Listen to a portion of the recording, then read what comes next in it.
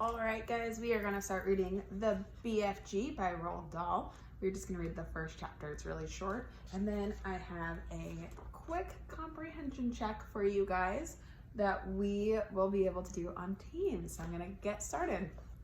All right, the witching hour. Sophie couldn't sleep. A brilliant moonbeam was slanting through a gap in the curtains. It was shining right on her pillow. The other children in the dormitory had been asleep for hours. Sophie closed her eyes and lay quite still. She tried very hard to doze off. It was no good. The moonbeam was like a silver blade slicing through the room on her face. The house was absolutely silent. No voices came up from downstairs. There were no footsteps on the floor above either. The window behind the curtain was open, but nobody was walking on the pavement outside. No cars went by on the street. Not the tiniest sound could be heard anywhere. Sophie had never known such a silence. You guys can see Sophie's staying awake in bed. Perhaps, she told herself, this is why they call it the witching hour. The witching hour, someone had once whispered to her, was a special moment in the middle of the night when every child and every grown-up was in a deep, deep sleep. And all the dark things came out from hiding and had the world to themselves. The moonbeam was brighter than ever on Sophie's pillow. She decided to get out of bed and close the gap in the curtains. You got punished if you were caught out of bed after lights out, even if you said you had to go to the lavatory. That was not accepted as an excuse, and they punished you just the same. But there was no one about now. Sophie was sure of that.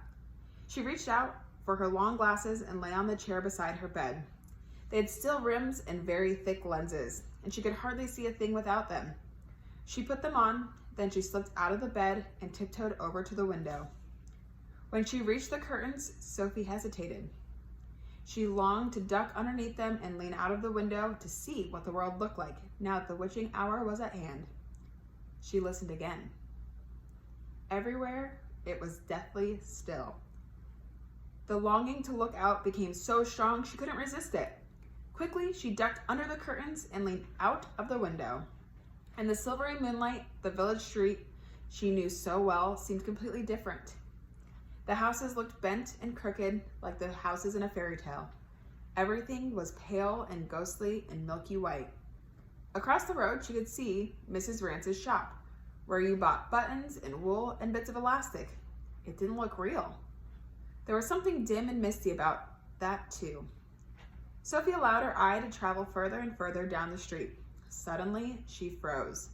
There was something coming up the street on the opposite side.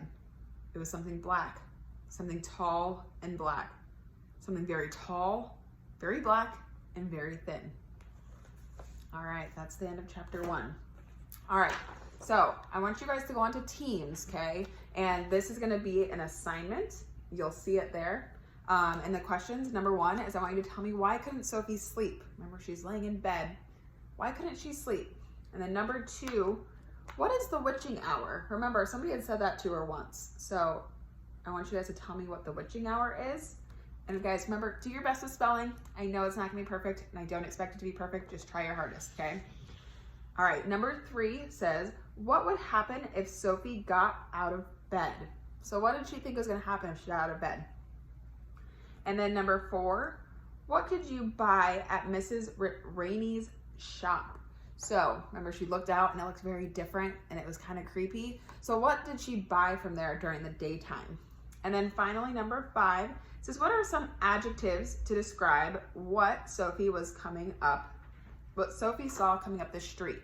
So I want you guys to think about what an adjective is first. So remember, an adjective describes something. So how was she describing what she saw coming up the street that kind of seemed kind of creepy? All right, so go to Teams and go fill that out. Good luck, guys.